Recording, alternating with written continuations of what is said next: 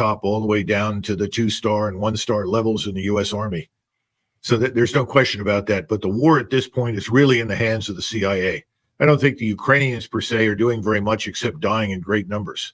And remember, this is more evidence for what President Putin mentioned when he spoke publicly about what would happen if we struck targets deep inside Russia. He said, we know that without United States intelligence, surveillance, and reconnaissance capabilities in space, without the communications capabilities, without trained technicians on the ground, intelligence and uniformed military personnel, the Ukrainians couldn't do very much. He knows that. So this is just another nail in the coffin of our relationship, not just with Russia, but I think with everybody in Europe. Welcome back. As NATO celebrates its 75 years of existence, we are expected to applaud what many call the most successful military alliance in world history. But beneath the fanfare, the accolades, and the speeches, there's a darker truth.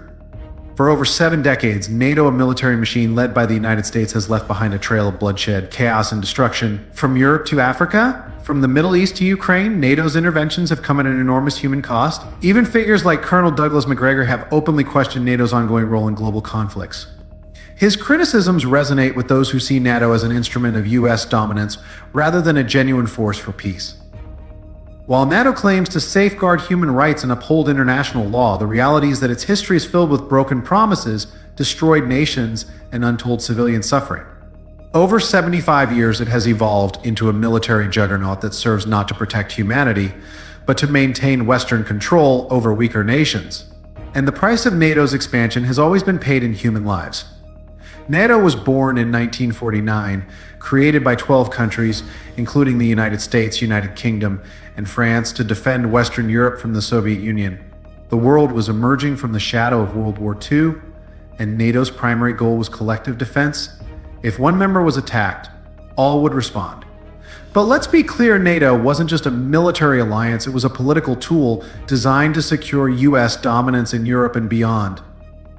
Colonel Douglas Macgregor has pointed out that NATO's aggressive expansion since the Cold War ended is a major source of conflict in the world today. What was once a defensive alliance has become a force for endless intervention.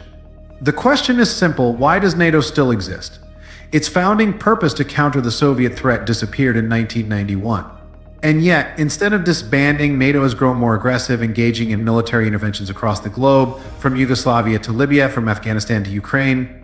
But every time NATO intervenes, it claims to be defending peace. But the reality is far different. Let's not forget the human toll of NATO's actions. Over the last 2 decades, more than 300,000 civilians have died in conflicts involving NATO forces, and millions more have been displaced.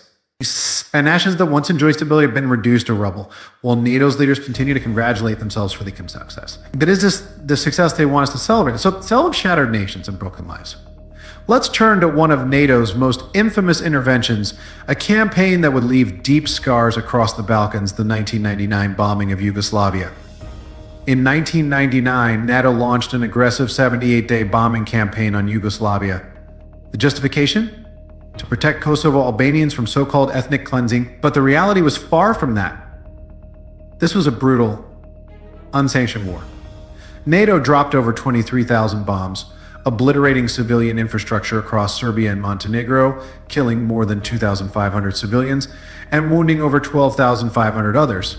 Homes, schools, hospitals, nothing was off limits. NATO claimed as saving lives, yet the truth is that the bombing campaign unleashed death and destruction on an unprecedented scale. Belgrade, once a vibrant capital, was turned into a war zone. Power plants were bombed, cutting off electricity to millions. The destruction of bridges, factories, and even television stations left the population in fear and darkness. Hospitals and schools were reduced to rubble, with over 600 schools damaged or destroyed during the bombing campaign. The very infrastructure that held society together was targeted and destroyed, leaving a trail of suffering and devastation. And what was the result? NATO's campaign left 2,500 civilians dead, including more than 500 children, and destroyed over 200,000 homes. Yet NATO called this a humanitarian intervention. Was it humanitarian to bomb bridges during rush hour, killing innocent civilians on their way to work? Was it humanitarian to destroy factories, throwing thousands out of work, and plunging the country into economic despair? The cost of NATO's aggression was not just in human lives. The economic devastation was profound. The damage to Yugoslavia's infrastructure totaled over $30 billion. It took years for the country to begin to recover from the destruction NATO inflicted. But this intervention was not about saving lives, it was about sending a message to the world. NATO would stop at nothing to expand its power in Eastern Europe. NATO's intervention in Yugoslavia was hailed as a success by Western media, but ask the families of the 2,500 dead civilians, or the tens of thousands who were left homeless, if they feel the same way. This is not about peace. This is about NATO proving its dominance over a region that dared to resist. From the ruins of Yugoslavia, NATO turned its attention to another nation, a nation that would soon become another casualty of its humanitarian interventions. Libya. In 2011, NATO's intervention in Libya was sold to the world as a noble cause, a mission to protect civilians from the so-called tyranny of Muammar Gaddafi. Under the pretext of establishing a no-fly zone, NATO launched over 9,700 airstrikes on Libya, promising to bring democracy and freedom. But what did NATO really bring to Libya? Death, destruction, and the collapse of an entire nation. Before NATO's intervention, Libya was one of the most prosperous nations in Africa. Citizens enjoyed free healthcare, free education, and one of the highest standards of living on the continent. But NATO's bombs changed all that. The country was thrown into chaos with over 50,000 Libyans killed during the conflict. NATO's airstrikes destroyed hospitals, schools, water systems, and infrastructure that once supported millions of people. Colonel Douglas Macgregor, in his many assessments of NATO's interventions, has called out the organization's hypocrisy in Libya. But he's not alone in questioning how NATO's destruction of the country aligned with its promise to protect civilians. By the end of NATO's intervention, Libya had descended into civil war.